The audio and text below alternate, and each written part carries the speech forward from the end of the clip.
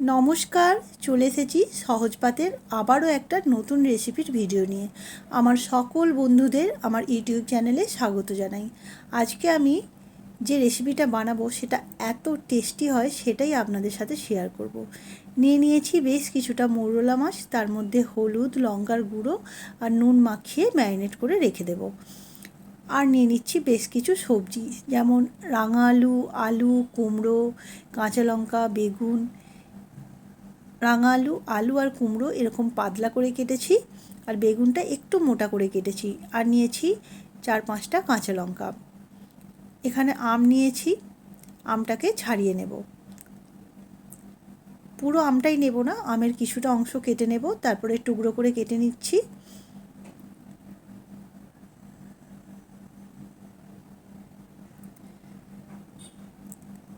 আম কাটা হয়ে গেছে, এবার নিয়ে নেব কাঁচা লঙ্কা। কাঁচা লঙ্কাগুলোকেও একটু এরকম ছোট ছোট টুকরো করে কেটে নেব। এবার একটা বাটির মধ্যে হাফ কাপ দিয়ে দিচ্ছি গুড় আর দিচ্ছি তেঁতুল। প্রথমে হাফ কাপ মতো গরম জল দেব, তারপর হাফ কাপ ঠান্ডা জল দিয়ে এটাকে ভিজিয়ে রেখে দেব 10 মিনিটের জন্য।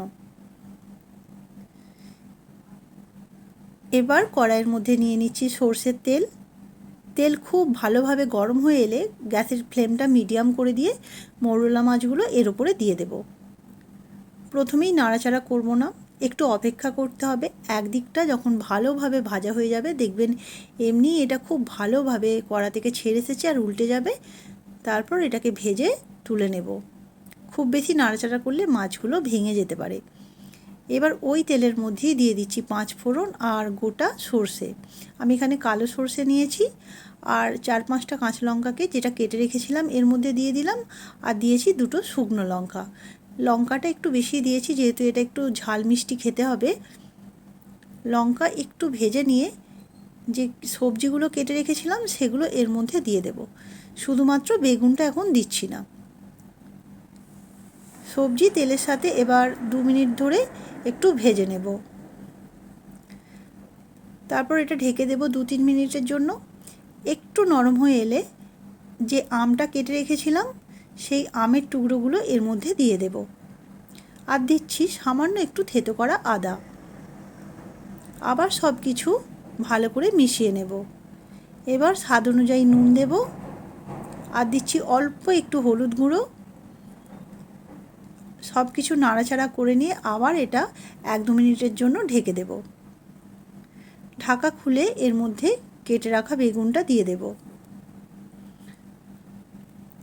এইভাবেই এটা ঢাকা চাপা দিয়ে রান্না করতে হবে।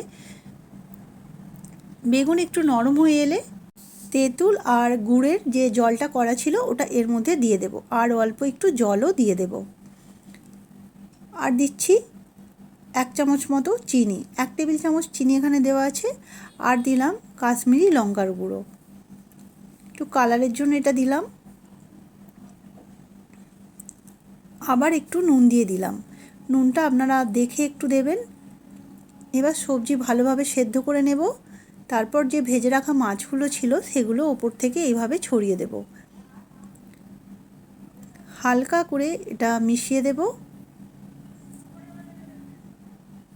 তারপর এটা 1-2 মিনিটের জন্য ঢেকে রান্না হতে দিলেই তৈরি হয়ে যাবে। আর ওপর থেকে একটু ভাজা মশলা ছড়িয়ে দিয়েছি, ধনে, জিরে আর শুকনো লঙ্কার গুঁড়ো। ব্যাস, এটা তৈরি হয়ে গেল। এই গরমকালে গরম ভাতের সাথে এটা অসাধারণ খেতে হয়। বাড়িতে মৌরলা মাছ এলে এই রেসিপিটা একবার বানিয়ে দেখবেন, আশা করছি খুব ভালো লাগবে। এখনকার মতো আসি, টাটা।